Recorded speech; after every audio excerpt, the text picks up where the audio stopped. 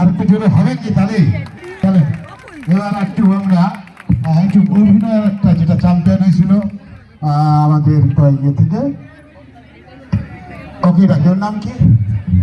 উৎসব আসো, উৎসব দেবনাথ। শোন, তোকে কিন্তু অনেক ধন্যবাদ, বুঝছিস? ওই বেলালু,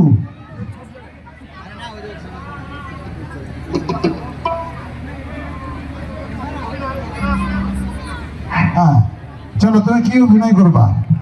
আমি পহেলা বৈশাখের একটা অভিনয় তুলে ধরতে চাই। তুমি এবার নতুন কুড়িতে কি হয়েছিল?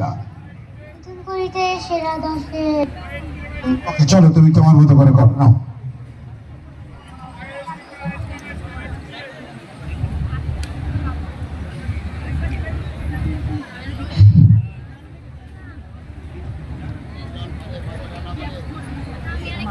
আজকে সকালটা যেন অন্যরকম লাগছে। চারিদিকে নতুন রং, নতুন আনন্দ, কারণ আজ আমাদের সবচেয়ে প্রিয় দিন, পয়লা বৈশাখ। মা আজ সকালে আমাকে ঘুম থেকে ডেকে বললেন, ওঠো ওঠো, আজ নববর্ষ। আমি চোখ মেলতেই দেখি আমার প্রিয় নতুন শাড়ি। দেখো, আজ আমি একদম বাঙালির সাজে সেজেছি। এখন আমি আমার সবচেয়ে প্রিয় বন্ধু তুলির বাসায় যাব। তুলি, তুলি, তুই মেলায় যাবি না কেন?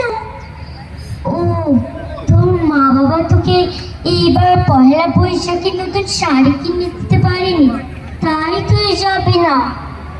তুই আমার সাথে চল। মা, ও মা, জানো তুলি না মেলায় যাবে না। ওর মা বাবা পয়লা বৈশাখে ওকে নতুন শাড়ি কিনে দিতে পারেনি। কি, তুমি সত্যি বলছো? তুমি তুলির জন্য আগে থেকে একটা শাড়ি কিনে রেখে দিয়েছিলে? আজকে তো তোমাকে খুব মজা হবে। আমি আর তুলি বাইরে বের হয়ে দেখি সবাই কত খুশি। তুলি দেখ, কেউ গান গাইছে, আবার কেউ নাচছে। এই তুলি, ওই তো দেখ মেলা। আমি আর তুলি এই বছর একসাথে পহেলা বৈশাখ কাটাবো। আমি আর তুলি মেলায় অনেক মজা করেছি।